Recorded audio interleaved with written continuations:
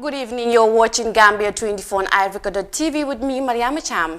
First, we begin with our main stories. Gambia records more COVID-19 cases with 2 new deaths on Tuesday. On September 22nd, the Christian draft Council constitution failed says to new make it to the constitution final. didn't address their plight. 300 vegetable sellers to benefit from cold storage facility. Join us for these and other stories on Gambia24. Stay tuned.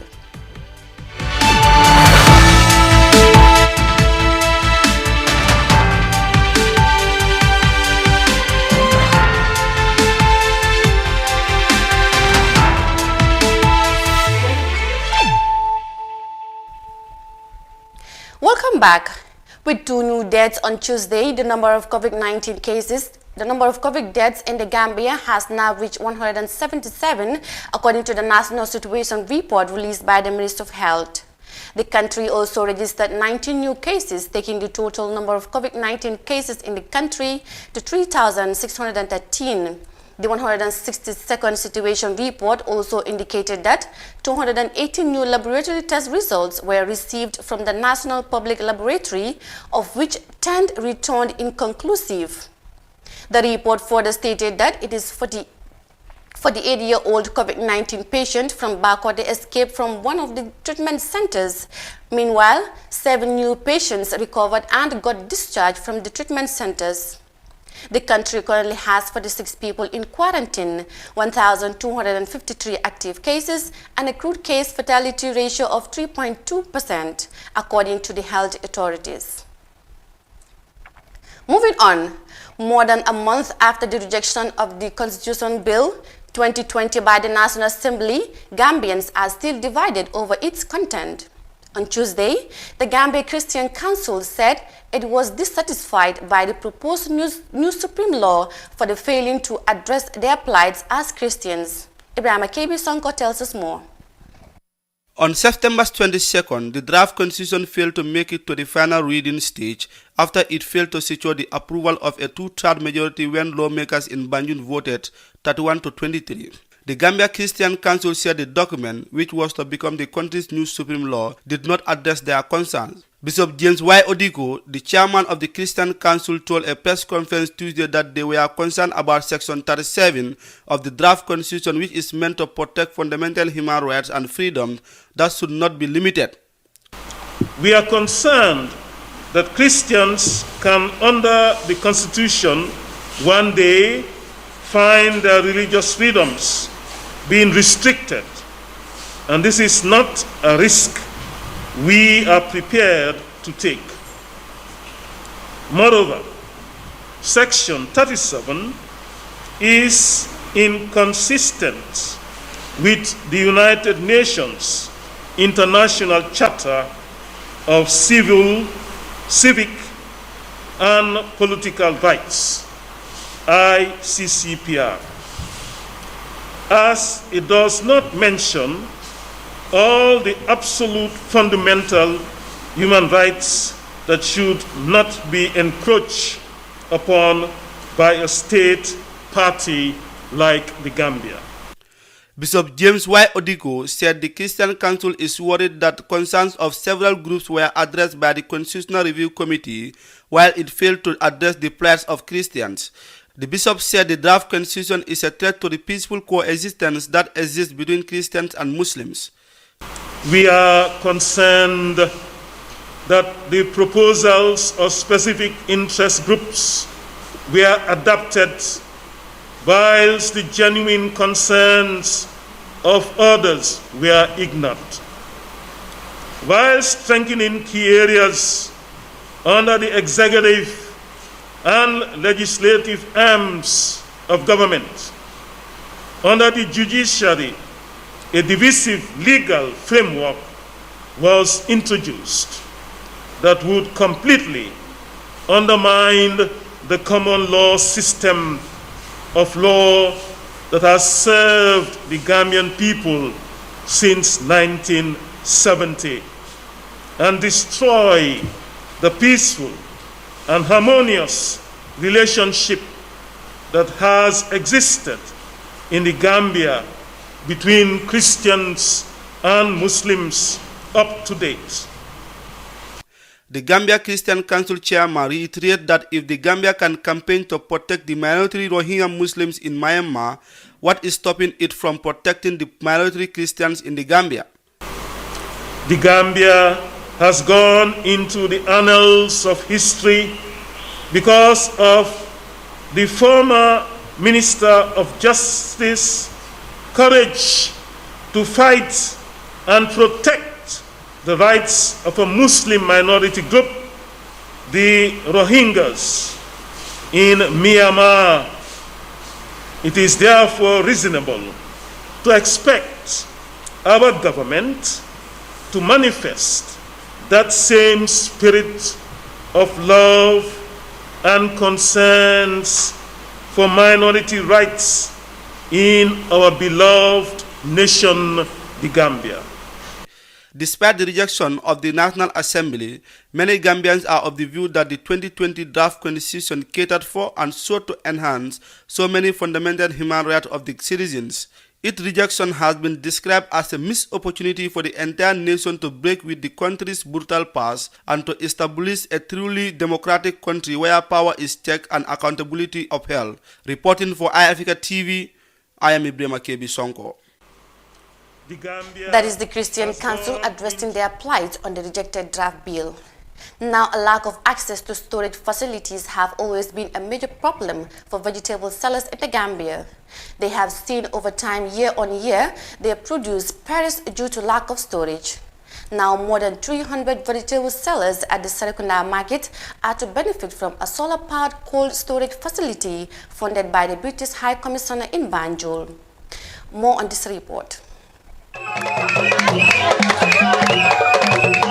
These women are dancing in joy as a cold storage facility built by the Carnifing Municipal Council with support from the UK High Commission came to solve years of perishable good problems. They used ice cubes in the past to preserve their vegetables, but it didn't stop the spoilage. Shortly after the launch of the storage facility at the Serekunda market on Tuesday, the mayor of Carnifing, Talib Ahmed Bensouda, told iAfrica TV that his municipality sees the need to support vegetable sellers who are mainly women and breadwinners of their families. This project is to help women within the market who are especially engaged in vegetable businesses to minimize the high percentage of losses they have due to spoilage of their vegetables. And this cold storage facility, which is solar powered, is meant to ensure that the risk of spoilage due to the heat is reduced or eliminated. As you know, many of these women are mothers. Many of them are also the breadwinners of their family, paying for the bills of their school fees, paying many household bills. And spoilages can account for big losses and can really hurt their income. At his first public event in the Gambia as the British High Commissioner in the country, David Bell-Magrieve said it is part of his government's effort to support the Gambian economy. He also expresses that women suffered with their businesses since the wake of the pandemic in the Gambia. This project is a very innovative project. It is part of our response because we understand how hard it has been for the market women during this pandemic. We understand that you have lost business because of the pandemic, and this is part of my government's effort to help the economic recovery of the Gambia from this pandemic. The solar-powered cold facility was built at the tune of $615,800 and it is purely meant for storing vegetables, according to the contractor, Papa Sane. The low-cost solar-powered cold room is operated by solar and air conditioning units.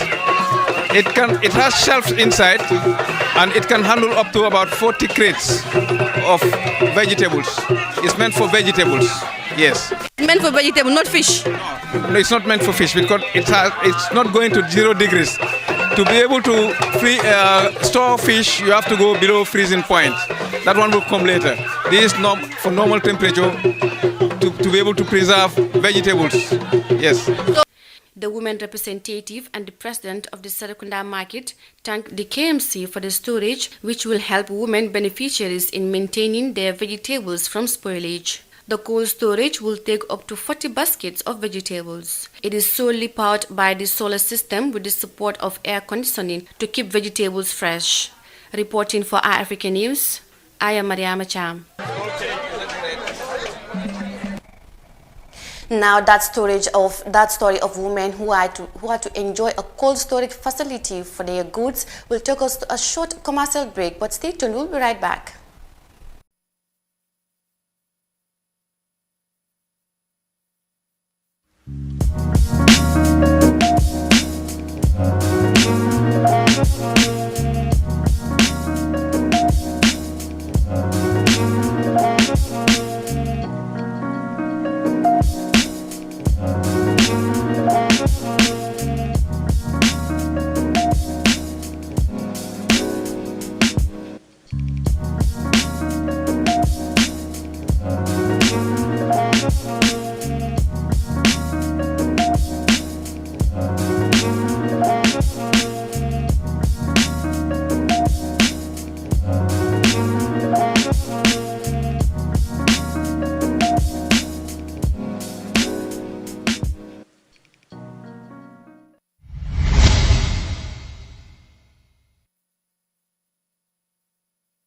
Welcome back. The Gambia government is constructing 2 key bridges in the country's Upper River region as part of plans to boost transportation and the movement of people and goods. President Adama Barrow over the weekend paid a visit to the Basse and Fatoto bridges to assess progress of work being done on these sites. Omar Ahmadu Toure has more. The Basse Fatoto Highway, the Basse Bridge, Fatoto Bridge, Sudwal and Chamoy bridges are some of the major projects being implemented in the Upper River region. The government said the infrastructure would trigger economic growth and brings prosperity that would help balance the development gaps in the Gambia and will cost about $81, about $4 billion. According to President Barrow, the Fatoto Bridge and other infrastructure projects in the area are life-changing initiatives. Exactly. I can see. It's a life-changing project. It's a project that is like a dream. You never thought of. Yeah, we can imagine the image. You understand? So the you imagine. Yes, you are right. Definitely, you know. And I think this will bring back Fatoto. And it's the last town in the Gambia. So it's significant in our history. You know? Having this bridge here will bring back life to this place. You know? Trade and other things will all improve. You know? And it will connect the south and the north. The president said the COVID-19 pandemic derailed the construction process, but he is happy to see that something is being done about his election promises. The Basse Bridge will also have toll booths where motorists will pay for passage. President Barrow said this will allow for the government to use proceeds to finance other development projects. Lifetime edifice. Thank you. Lifetime. It works 24 hours. And it also is a source of income for Gambia government for us to build other roads. But obviously people crossing here will pay. It will be a toll bill. But it is a grant.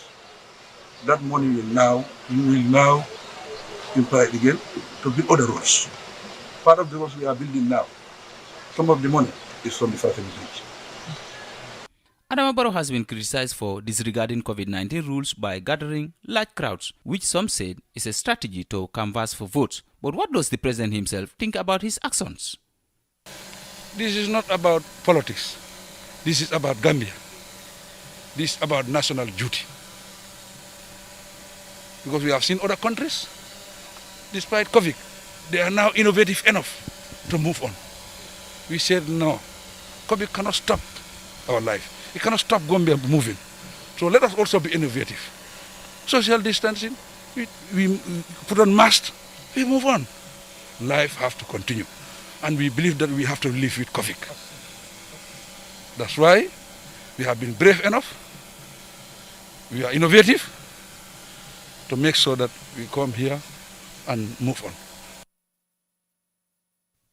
The roads and bridges being built in the North Bank, Lower River, and Upper River regions from Farafenni to Basse constitute the first major infrastructural development projects of the Barrow administration.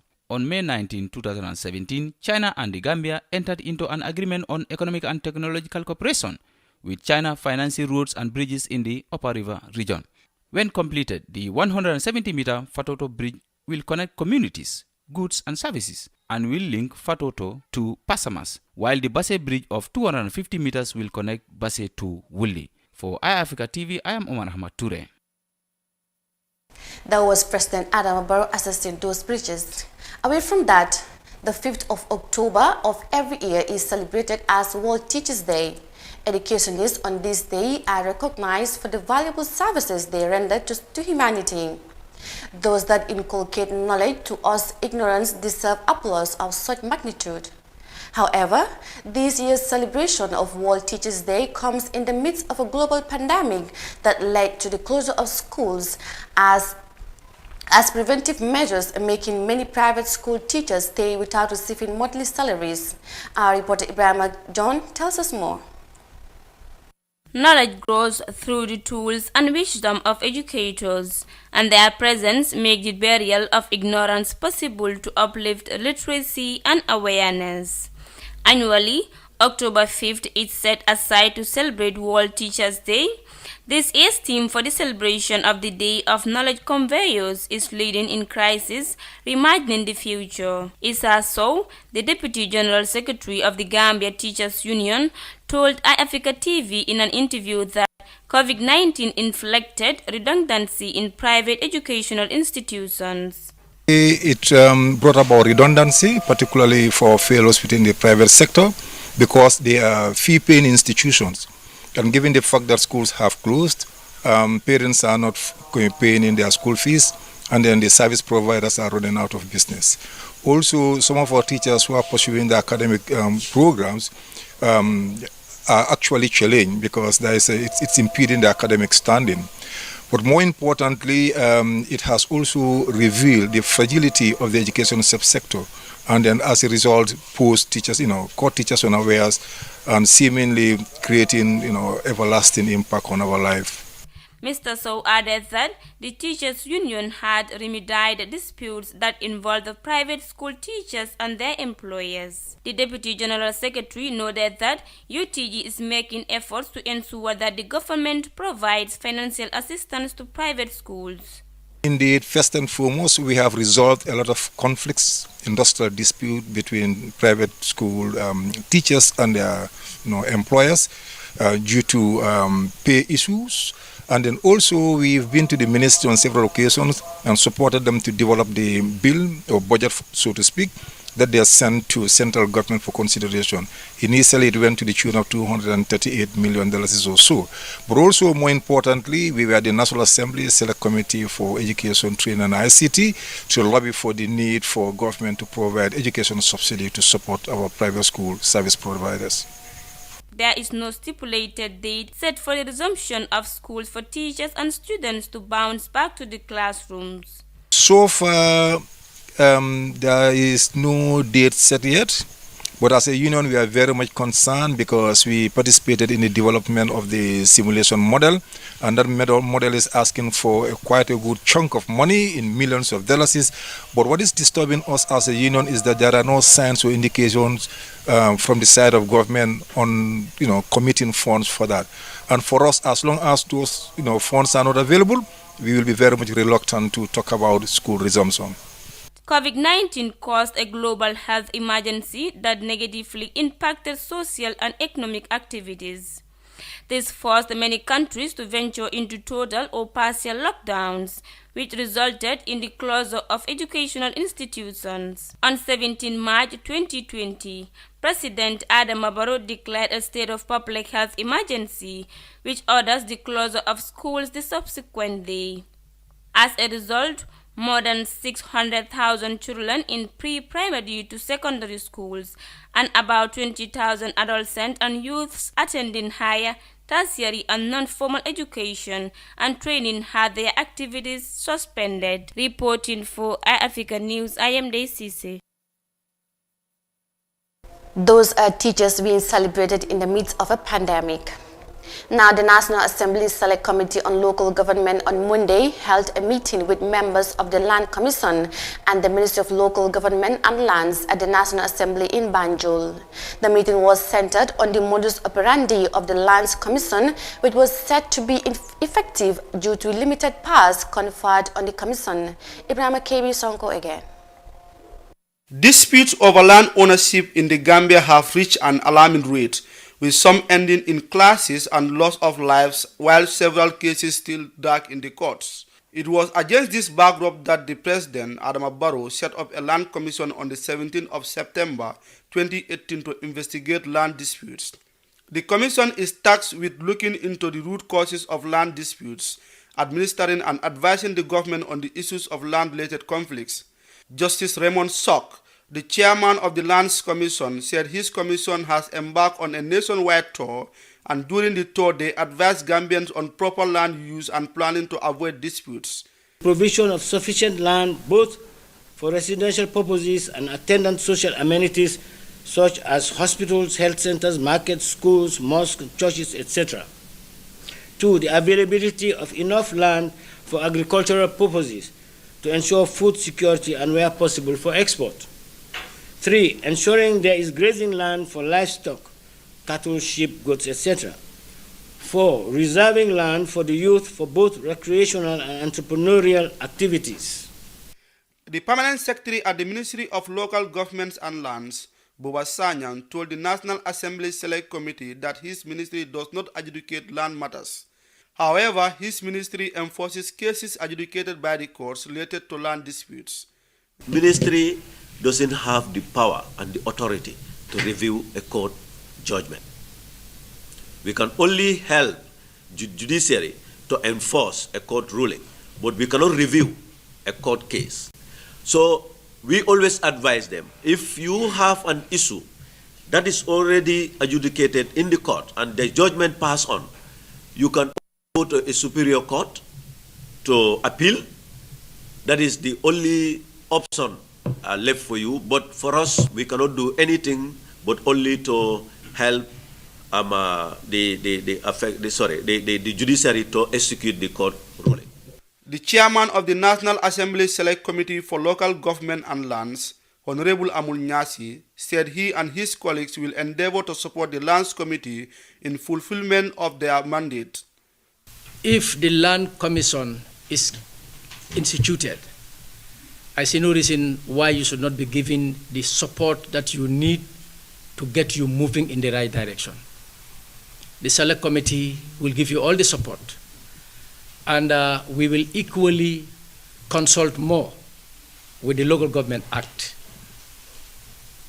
to be au fait with what your TOR is. And we will also make reference to the provision in the Constitution. Because if this Parliament or if this government should see the need to set up a Human Rights Commission and give it all the support that it deserves, I don't see any reason why the Land Commission, your operationalization should be in segments. The Land Commission is a 5-person committee headed by Justice Raymond Sock as the chairperson. Other members include Buba Bari, Nancy Nyang, Momodu S. Job, and Kemo Conte. The group has an uphill task to find out about the root causes of land-related conflicts and advise the government accordingly on the right approach to develop policies intended at tackling problems arising between communities and among individuals. Reporting for iAfrica TV, I'm Ibrahim KB Sonko. Well, that's all we have for you on today's edition of GAM24. Do join us for more news on www.iafrica.tv. I was your presenter, Mariama Cham. Do have a good night.